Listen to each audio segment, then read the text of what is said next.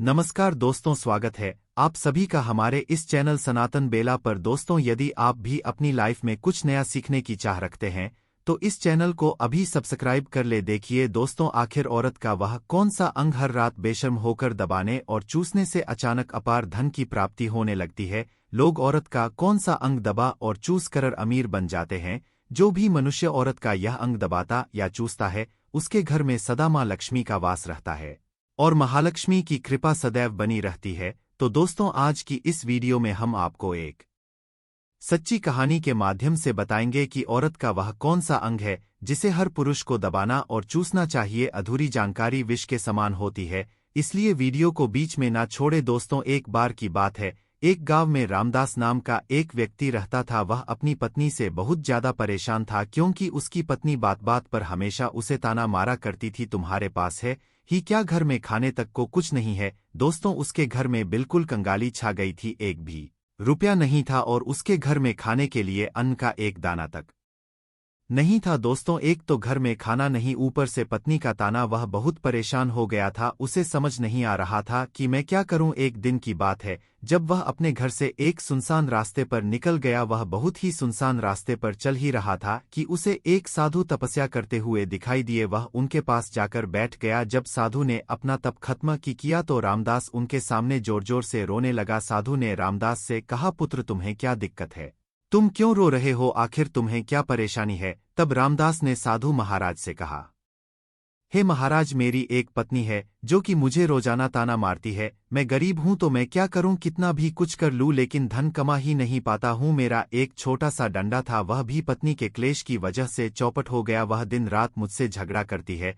अब तो मैं दाने दाने के लिए परेशान हो गया हूं। हमारे घर में खाने के लिए कुछ भी नहीं है, इसके अलावा पहनने के लिए वस्त्र भी नहीं है। लेकिन मैं अपनी पत्नी को समझाता हूं कि वह मुझे ताने ना मारे, मुझसे झगड़ा ना करें, लेकिन वह बिल्कुल भी नहीं मानती। साधु जी, इसी वजह से मैं बहुत ज्यादा परेशान हूं, इसी वजह से मैं घर छोड़कर यहाँ आया हूं। तब साधु जी कहते हैं, रो मत बेटा, मैं तुम्हें एक काम बताने जा रहा हूं जो तुम्हारी किस्मत चमका देगा। तुम्हें अपनी औरत का सिर्फ यह अंग बेशर्म होकर कर दबाना और चूस लेना है।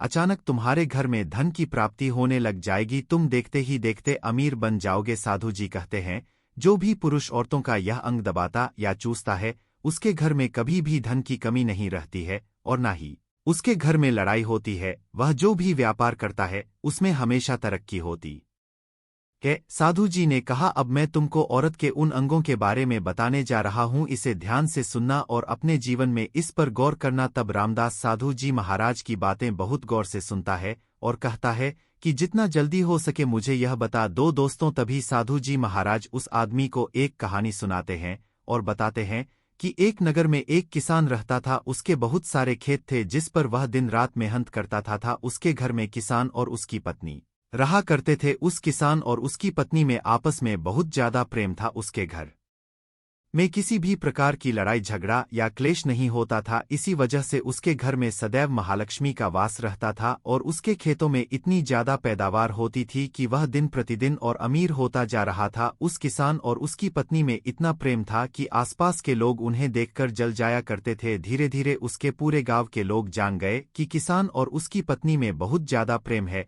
धीरे धीरे यह बात उस नगर के राजा तक पहुंच गई। दोस्तों, किसान और उसकी पत्नी की बात जब राजा के पास पहुंचती है तो राजा भी उसके प्रेम की काफी ज्यादा तारीफ करते हैं। वह सभी से बताते हैं कि हमारे नगर में एक किसान और उसकी पत्नी रहते हैं जिनमें कभी भी लड़ाई झगड़े नहीं होते हैं।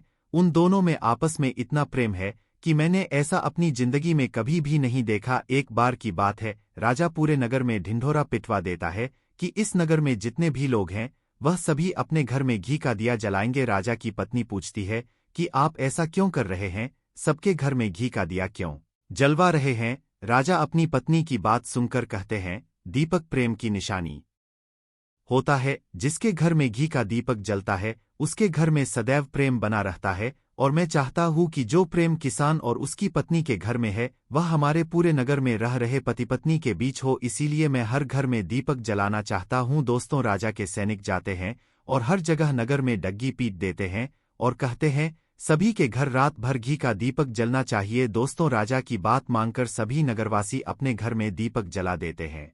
लेकिन जैसे ही आधी रात होती है, सभी के घर के दीपक बुझ जाते हैं, लेकिन किसान के घर का दीपक वैसे ही जलता रहता है। दोस्तों, दीपक हमेशा किसान की पत्नी जलाती थी, लेकिन उसकी बात नहीं मानती थी। वह हमेशा अपनी मनमानी करती थी, उसका जो भी मन करता था वही काम करती थी। लेकिन किसान को इस बात से कोई भी दिक्कत नहीं होती थी, क्योंकि किसान बहुत समझदार था। किसान सोचता था, यदि मैं अपनी पत्नी को रोक टोक करूंगा तो घर में बेवजह ही लड़ाई झगड़ा होंगे। कई चीजें किसान इस वजह से अनदेखा करता था कि उसके घर में प्रेम बना रहे। राजा अपने महल को छोड़कर पूरे नगर का नजारा देख रहे थे। उन्होंने देखा कि सारे नगर में किसी के घर में दीपक नहीं जल रहा है, लेकिन किसान के घर में दीपक जल रहा है। तब राजा अपनी रानी से बोलता है कि देखो, किसान और उसकी पत्नी के घर में दीपक जगमगा रहा है, लेकिन पूरे नगर में कहीं भी दीपक नहीं जल रहा है।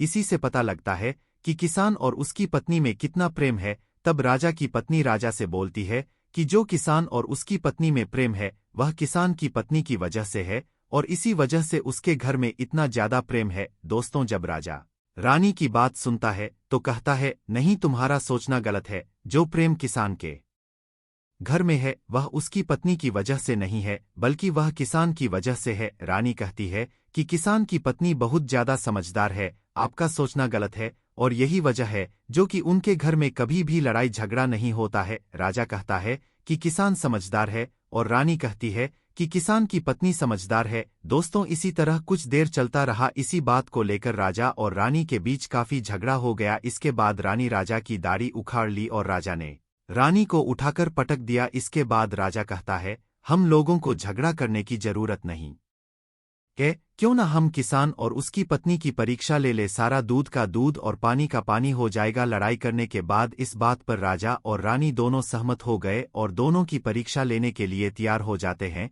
तब राजा अपने महल में जाता है और एक पुरुष सैनिक को बुलाता है और पुरुष सैनिक से बोलता है कि तुम किसान के पास जाओ और जो जो प्रश्न मैं तुमसे बोल रहा हूं वह तुम किसान को बोल देना। वह पुरुष सैनिक बोलता है, ठीक है महाराज। वह सैनिक राजा की बात सुनकर किसान के पास जाता है। उस समय किसान की पत्नी खेतों में गई थी, लेकिन किसान की कुछ तबीयत ठीक नहीं थी, इस वजह से वह खेतों पर नहीं गया था। इस समय वह सैनिक किसान के घर पहुंच जाता है और किसान से कहता है, मैं राज दरबार से आया हूं, राजा साहब ने मुझे भेजा है। दोस्तों, किसान कहता है, बताइए मैं आपकी क्या सेवा कर सकता हूं, आप बैठ जाइए, मैं आपके लिए पानी लेकर आता हूं। तभी वह सैनिक बोलता है कि नहीं, तुम कुछ भी मत लाओ, मैं राजा का सैनिक हूं, बस आपके पास राजा का समाचार लेकर आया हूं। तब किसान कहता है, ठीक है, आप मुझे बताओ राजा साहब ने मेरे लिए क्या समाचार भेजा है। सैनिक कहता है, किसान राजा साहब ने यह बोला है कि यदि तुम अपनी पत्नी को छोड़ देते हो तो राजा जी आपको बहुत सारे हीरे जवाहरात और साथ में तुम्हारे जमीन से 2 गुना ज्यादा जमीन राजा जी आपको गिफ्ट में देंगे। इसके अलावा राजमहल का आधा हिस्सा भी आपको दिया जाए। लेकिन जो किसान ने जवाब दिया वह सुनने लायक है। किसान ने कहा, राजा जी अपना पूरा राजमहल मुझे क्यों ना दे दे, लेकिन मैं अपनी पत्नी को नहीं छोड़ूंगा, जाओ और अपने राजा से कह दो किसान ने ऐसा कहा है। सैनिक जाता है और राजा को सारी बातें बताता है। इस समय रानी वहां पर सैनिक की बात सुन रही थी। सुनने के बाद रानी ने कहा, आपने किसान की तो परीक्षा ले ली, लेकिन किसान की पत्नी की परीक्षा नहीं ली है। इस तरह से हम कैसे पता कर सकते हैं कि कौन समझदार है। इसके बाद रानी ने कहा कि अब मैं भी किसान की पत्नी की परीक्षा लेना चाहती हूं, जब दोनों की परीक्षा हो जाएगी तभी पता चलेगा कि कौन समझदार है। फिर रानी ने भी एक सैनिक बुलाया और कहा कि मेरी बात किसान की पत्नी को बोलना, और याद रखना यह बात तभी बताना जब किसान वहां पर ना हो। सैनिक ने पूछा कि रानी क्या बात बतानी है, वह तो बताओ। तो रानी ने सैनिक को सारी बात बता दी।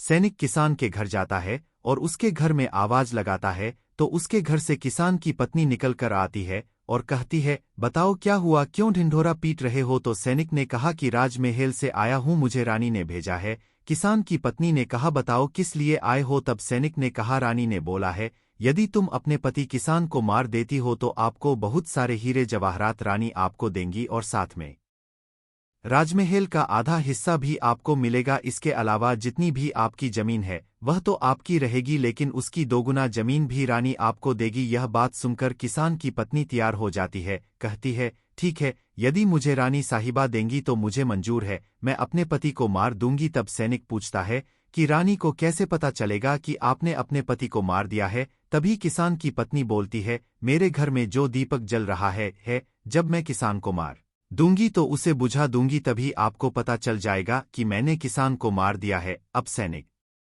किसान की पत्नी की बात सुनकर राजमहल जाता है और रानी को सारी बात बताता है। किसान की पत्नी की बात सुनकर रानी बहुत अचंभित हो जाती है। राजा और रानी को स्त्री जात से नफरत होने लगती है। उसी समय राजा अपने नगर के सभी लोगों को बुलाता है और कहता है कि मैं चाहता हूं कि मेरे और मेरी पत्नी की वजह से किसान की जान न जाए। तुम लोग ऐसा करो, उस किसान के घर जाओ और सारी बातें बता दो और उस किसान को बचा लो, वरना किसान की पत्नी उसे मार देगी। इधर सैनिक किसान के घर जाते हैं और सोचते हैं कि किसान की पत्नी किसान को रात में मारेगी और दिया बुझाएगी। इससे पहले ही हम किसान के घर में पहुंच जाते हैं और किसान को बचा लेते हैं। दोस्तों, जैसे ही राजा के सैनिक किसान के घर पहुंचते हैं तो देखते हैं कि किसान तो मरा पड़ा हुआ है। तो सैनिक किसान की पत्नी से बोलते हैं कि तुमको तो किसान को रात में मारने के लिए बोला गया था, लेकिन आपने अभी किसान को क्यों मार दिया। तब उस किसान की पत्नी बोलती है कि किसान को तो मुझे मारना ही था, रात में तो मुझे सिर्फ दिया ही बुझाना था, इसलिए किसान को तो मैंने दिन में ही मार दिया है। सभी सैनिक तुरंत ही किसान के घर से दौड़े दौड़े जाते हैं और राजा रानी को सारी बातें बताते हैं। राजा और रानी क्रोध से आग बबूला हो जाते हैं। इसके बाद राजा और रानी किसान की पत्नी को बंदी बनाकर लाने के लिए अपने सैनिक से कहते हैं। सैनिक जाते हैं, किसान की पत्नी को बंदी बनाकर ले आते हैं। राजा किसान की पत्नी से पूछता है, ऐसा तुमने क्यों किया? तुम लालची औरत हो, तुम्हें पैसों से प्यार है। तभी किसान की पत्नी ने जवाब दिया और बताया कि मुझे तो किसान को पहले ही मारना था, वह तो मैं कोई बहाना ढूंढ रही थी, क्योंकि किसान की आदत बहुत खराब थी, वह मेरे साथ बहुत खराब व्यवहार किया करता था। तो राजा ने कहा, ऐसा क्या करता था किसान? तो किसान की पत्नी ने जवाब दिया कि वह मेरे नाक का ऊपरी हिस्सा अपनी उंगली से हमेशा दबाया करते थे। इसके अलावा किसान एक काम और मेरे साथ करता था, वह किसान मेरे कान का पिछला हिस्सा अक्सर अपनी जीभ से स्पर्श किया करता था। राजा ने पूछा, यह बताओ, जब आप लोग गरीब थे तब क्या किसान आपके साथ यह काम करता था? तो किसान की पत्नी बोलती है, नहीं महाराज, तब ऐसा नहीं करता था। तब राजा ने कहा, मैं समझ गया कि किसान ऐसा क्यों करता था। उसी समय साधु जी ने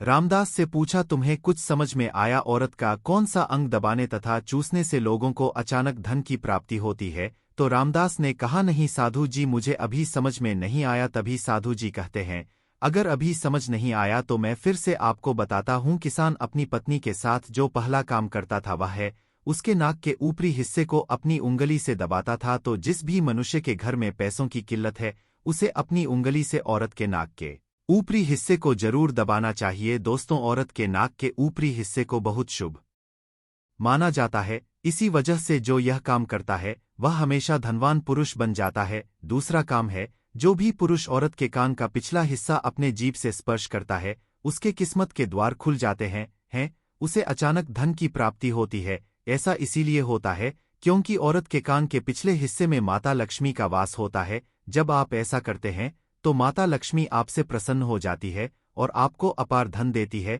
और आपने एक बात तो जरूर सुनी होगी, औरतें माता लक्ष्मी का रूप मानी जाती है। यही वजह है इस संसार में जो भी मनुष्य ये यज्ञ पवित्र काम करता है उसका घर धन से भर जाता है, जो कि इस कहानी में किसान भी अपनी पत्नी के साथ करता था। लेकिन आप जब भी ऐसा काम करें तब आपको अपनी पत्नी को पूरी बात बता देनी चाहिए, अन्यथा आपके जीवन में ऐसा अनर्थ भी हो सकता है। दोस्तों, आज का ज्ञानवर्धक वीडियो कैसा लगा कमेंट करके जरूर बताएं और हाँ, कमेंट में हर हर महादेव लिखना ना भूलें। धन्यवाद।